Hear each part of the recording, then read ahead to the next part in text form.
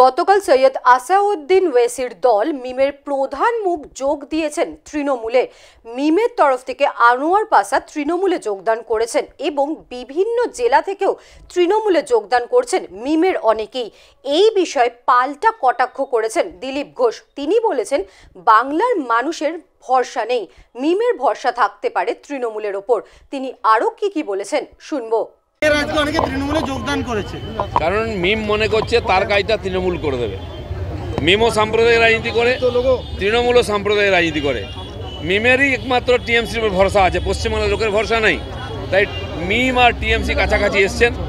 বাকিরাও, কারণ কি ওয়াইসি আহ্বান করেছিলেন আসুন আমরা অ্যালায়েন্স করি, প্রায় সেরকমই হয়েছে। এই ধরনের বাকি দলও টিএমসির সঙ্গে যাবেন যারা পশ্চিম বাংলাদেশ বানাতে চাইছেন বাংলাদেশ।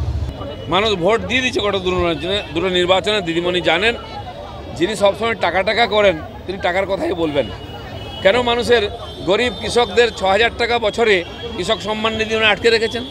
টাকা তো উনি দিচ্ছেন না, টাকা নিতে বলছেন, মোদিজি টাকা দিচ্ছেন, তখন আটকে দিচ্ছেন কেন? আয়ুষ্মান যোজনার ৫ লাখ টাকা কেন দিচ্ছেন না বছরে? মোদিজি দিচ্ছেন, কিনে আটকে দিচ্ছেন।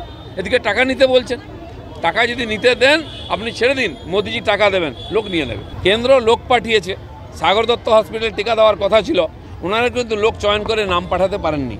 ঠিক যেমন কৃষক সম্মান নিধির জন্য নাম পাঠাতে পারেননি, লোক পাচ্ছে না, ঠিক টিকার বেলাও তাই। সারা দেশের লোক টিকা নিতে পারবে, বাংলার লোক টিকা না নিয়ে থাকবে। আমাদের জীবনের ঝুঁকি কেন? ওনাকে 1 পয়সা খরচা করতে হবে না, কেন্দ্র সব খরচা দিচ্ছে। ওনারা নাম দেবেন, ওনারা চান না বাংলার মানুষ সুস্থ থাক।